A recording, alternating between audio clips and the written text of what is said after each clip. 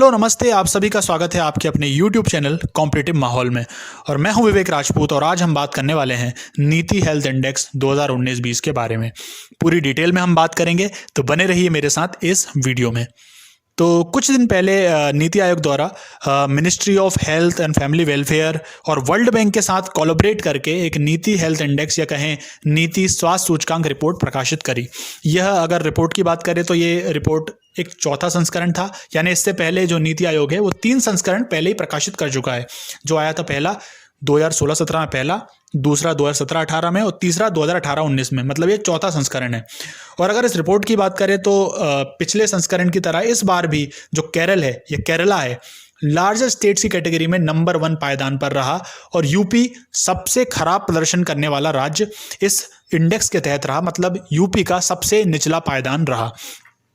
तमिलनाडु को दूसरा स्थान और तेलंगाना को तीसरा स्थान प्राप्त हुआ और यूपी के साथ साथ बिहार और मध्य प्रदेश सबसे खराब प्रदर्शन करने वाले राज्य रहे। मतलब बॉटम जो 3 राज्य रहे, सबसे पहला यूपी, दूसरा बिहार और तीसरा मध्य प्रदेश, बॉटम 3 परफॉर्मर इस इंडेक्स के तहत रहे।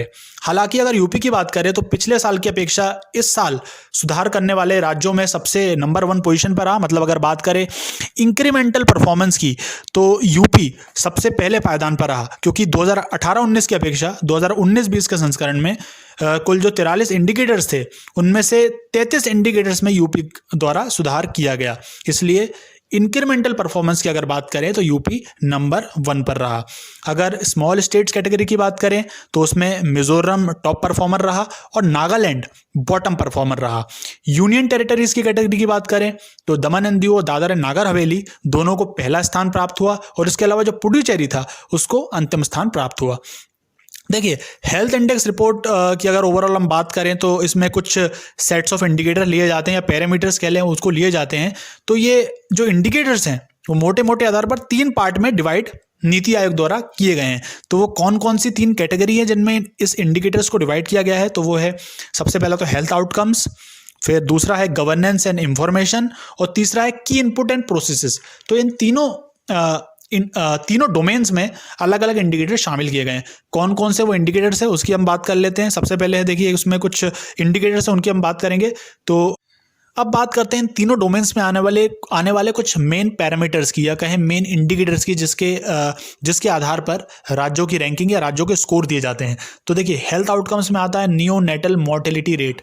नियोनेटल मोर्टेलिटी रेट का मतलब ये होता है कि 1000 बच्चों पे, 1000 नवजात बच्चों पे कितने बच्चे ऐसे हैं जो 28 दिन से पहले ही जिनकी मृत्यु हो जाती है, तो वो रेट नियोनेटल मोर्टेलिटी रेट कहलाता है। इसके बाद अंडर 5 मोर्टेलिटी रेट, इसका मतलब ये होता है कि 1000 बच्चों में से, 1000 नवजात बच्चों में से कितने ऐसे बच्चे हैं या कितने ऐसे बच्चे हैं जिनकी मृत्यु जो है खराब स्वास्थ्य सुविधाओं के कारण 5 वर्ष से पूर्व हो जाती है, तो उसको अंडर 5 मोर्टेलिटी रेट में गिना जाता है। सेक्स रेशियो बात पता ही है आपको कि 1000 लड़कों पे कितनी लड़कियों का जन्म होता है हमारे देश में, तो वो हम देखते हैं। उसके बाद गवर्नेंस एंड इंफॉर्मेशन डोमेन में इंस्टीट्यूशनल डिलीवरीज आती है। इंस्टीट्यूशनल डिलीवरीज का मतलब ये होता है कि जो बच्चों का जन्म हो रहा है वो कहाँ हो रहा है, मतलब किस जगह पे वो बच्चों का जन्म हो रहा है। कहीं मतलब पारंपरिक तौर पे तो बच्चों का जन्म नहीं हो रहा, पारंपरिक जो तरीके से जो दाई माँ से होता है या और किसी तरीके से होता है, उनको अच्छी सुविधाएं मिल पा रही हैं नहीं। बच्चों का मतलब मेन यहाँ पे ये है, छोटी बात मैं बताऊँ, शॉर्ट फॉर्म में बात बताऊँ तो, कि बच्चों का जन्म कहाँ हो रहा है। मतलब एक उनको जो बेसिक सुविधाएँ हैं हॉस्पिटल्स में वो प्रोवाइड हो पा रही है नहीं हो पा रही, वहाँ का स्टाफ वेल ट्रेंड है कि नहीं, डॉक्टर कैसा है, तो वो सब उसमें देखा जाता है। उसके अलावा की इनपुट्स की अगर हम बात करें तो उसमें जो मेडिकल फैसिलिटीज़ है जो अलग अलग स्टेट्स में दी जाती है उसको देखा जाता है। बर्थ एंड डेथ रजिस्ट्रेशन के बारे में देखी जाती है इस रिपोर्ट के अंतर्गत कि कितने बर्थ पे कितना डेथ हो रही है, तो वो हम देखते हैं। बर्थ टू डेथ रेट का देखा जाता है। इसके अलावा ट्यूबरक्लोसिस ट्रीटमेंट सक्सेस, मतलब जो पेशेंट का इलाज चल रहा है, जिस पेशेंट को टीबी है उसका इलाज चल रहा है, तो कितना सक्सेस रेट है, मतलब कितने लोग बच पा रहे हैं टीबी के इलाज से, क्या क्या फैसिलिटीज़ मिल रही है। तो इन सब चीज़ों को मिला के जो है स्टेट्स की रैंकिंग और स्कोर दिए जाते हैं। और अगर इस रिपोर्ट की इंपॉर्टेंस की बात करें तो ये रिपोर्ट बहुत ही इंपॉर्टेंट रोल प्ले करती है। एक ये इंडेक्स जो है बहुत ही इंपॉर्टेंट जरिया है या कह लीजिए एक टूल है जिसके द्वारा हम किसी भी स्टेट या यूनियन टेरिटरी की ओवरऑल परफॉर्मेंस को माप सकते हैं, है ना। और राज्य सरकार भी इन सूचकांकों को ध्यान में रखकर अपने राज्य के लिए अपनी पॉलिसी मेकिंग कि उन्हें किस चीज़ में ध्यान देना है, हेल्थ इंफ्रास्ट्रक्चर बनाने हैं उन्हें या सुविधाएं बढ़ानी हैं, तो वो नीति निर्धारण का काम या रिसोर्सेज अलॉटमेंट का काम राज्य सरकार अपने अपने स्तर पर कर सकती है। तो आज की वीडियो के लिए केवल इतना ही।